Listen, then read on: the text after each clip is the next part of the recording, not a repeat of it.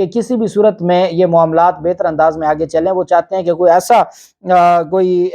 Adventure ہو کہ جس کے بعد سارا جو نظام ہے اس کو لپیٹ دیا جائے. اب ایک ان کے گھر پر چھاپہ مار کارروائی کی گئی، دوسرا 780 کا مقدمہ درج کر دیا گیا اور اس میں یہ کہا گیا جی کہ فلاں فلاں لوگ گئے، پرویز الہی کو کے بارے میں دریافت کیا اور انہوں نے کہا کہ فوری طور پر گیٹ کے اندر سے بند کر کے شور مچانا شروع کر دیا. پولیس پرویز الہی کو گرفتار کرنے آ گئی ہے. یہ شور مچاتے رہے جس پر اندر موجود جو افراد تھے، لاتعداد افراد نے اینٹی کرپشن جو ملازمین تھے اور پولیس اہلکار ان کو دھمکی دینا شروع کر دی، پتھراؤ شروع کر دیا، پیٹرول بم چلانے کی نیت سے پھینکنا شروع کر دیے. موقع پر آگ بھڑک اٹھی جس پر فوری طور پر لاہور پولیس کی مزید نفری کو طلب کر کے بذریعہ اے پی سی وین مین گیٹ کھول کر گھر کے اندر سیر میں داخل ہوئے تو 40-50 نامعلوم افراد نے پولیس پارٹی پر پتھراؤ کیا، ڈنڈوں سوٹوں سے حملہ کیا اور اس دوران پرویز الہی ملزم مذکورہ کو موقع کا فائدہ اٹھاتے ہوئے دیگر ملزمان کے ہمراہ عقبی دروازے سے فرار ہونے کا موقع مل گیا. اور اس میں وہ کہتے ہیں جی کہ ثاقب موجود تھا، ثاقب ولد شبیر موجود تھا، محمد بوٹا ولد شریف موجود تھا، نور خان موجود تھا. اس میں تمام جو افراد ہیں ان کو نامزد کیا گیا اور اس میں دہشت گردی کا مقدمہ درج کیا گیا، چونکہ اگر آپ پریس کانفرنس کریں گے روڈ کے کنارے کھڑے ہو کے تو اس پر اگر دہشت گردی کا مقدمہ ہو سکتا ہے تو یہاں بھی ہو سکتا ہے، یا کسی حد تک بھی معاملہ جا سکتا ہے. اب چونکہ انہوں نے لاہور ہائی کورٹ سے ایک حفاظتی ضمانت لی ہوئی تھی، تو آج جو راسخ الہی ہیں، راسخ الہی کی جانب سے درخواست دائر کی گئی ہے لاہور ہائی کورٹ میں توہین عدالت کی، اور اس میں کہا گیا ہے کہ پرویز الہی کے خلاف دہشت گردی کا مقدمہ درج کیا گیا ہے. درخواست میں یہ موقف اپنایا گیا عامر سعید راں جو سابق سیکرٹری ہیں لاہور ہائی کورٹ بار ایسوسی ایشن کے، یہ بھی ایک ہفتہ تک لاپتہ رہے اور پھر اس کے بعد خود ہی واپس آ گئے تھے اور جو ریٹ پٹیشن چلتی رہی تھی لاہور ہائی کورٹ میں. تو عامر سعید راں کی وساطت سے لاہور ہائی کورٹ میں دائر درخواست میں حکومت پنجاب اینٹی کرپشن اور آئی جی پنجاب کو فریق بنایا گیا. درخواست میں کہا گیا کہ پرویز الہی کی لاہور ہائی کورٹ سے حفاظتی ضمانت منظور ہو چکی ہے، لیکن ضمانت کے باوجود ظہور الہی ہاؤس پر آپریشن کیا گیا اور ہراساں کیا گیا. درخواست میں کہا گیا کہ عدالت ظہور الہی روڈ کو کلیئر کرنے کا حکم دے اور پولیس کو ہٹنے کی ہدایات جاری کریں. درخواست میں کہا گیا کہ عدالت حفاظتی ضمانت کی میعاد مکمل ہونے تک پرویز الہی کی گرفتاری روکنے کا بھی حکم دے. درخواست میں کہا گیا کہ آپریشن کرنے والے افسران کے خلاف قانون کے مطابق کارروائی کا حکم دیا جائے. درخواست کے حتمی فیصلے تک فیملی اراکین کی گرفتاری روکنے کا حکم دیا جائے اور عدالت سے کہا گیا کہ ہر صورت ہمیں ریلیف دیا جائے. اب اس پر دیکھنا یہ ہے کہ لاہور ہائی کورٹ چونکہ آج تو ہفتے کا دن ہے اور علی باقر نجفی صاحب نے فرمایا تھا کہ انصاف چھٹی پر نہیں ہوتا، تو آج ہفتے کا دن ہے، پوری رات یہ سارا معاملہ چلتا رہا. ایک سابق وزیر اعلیٰ کے گھر پر اس طرح دھاوا بولا گیا، سوشل میڈیا پر ویڈیوز وائرل ہو رہی تھی، پوری دنیا دیکھ رہی تھی. عمران خان نے الٹیمیٹم دے دیا کہ اس کا مطلب یہ ہے کہ یہ مذاکرات کی آڑ میں اگر یہ سارا کچھ کرنا چاہتے ہیں تو پھر ان کو معافی نہیں دی جائے گی. اور عمران خان اپنی جگہ پہ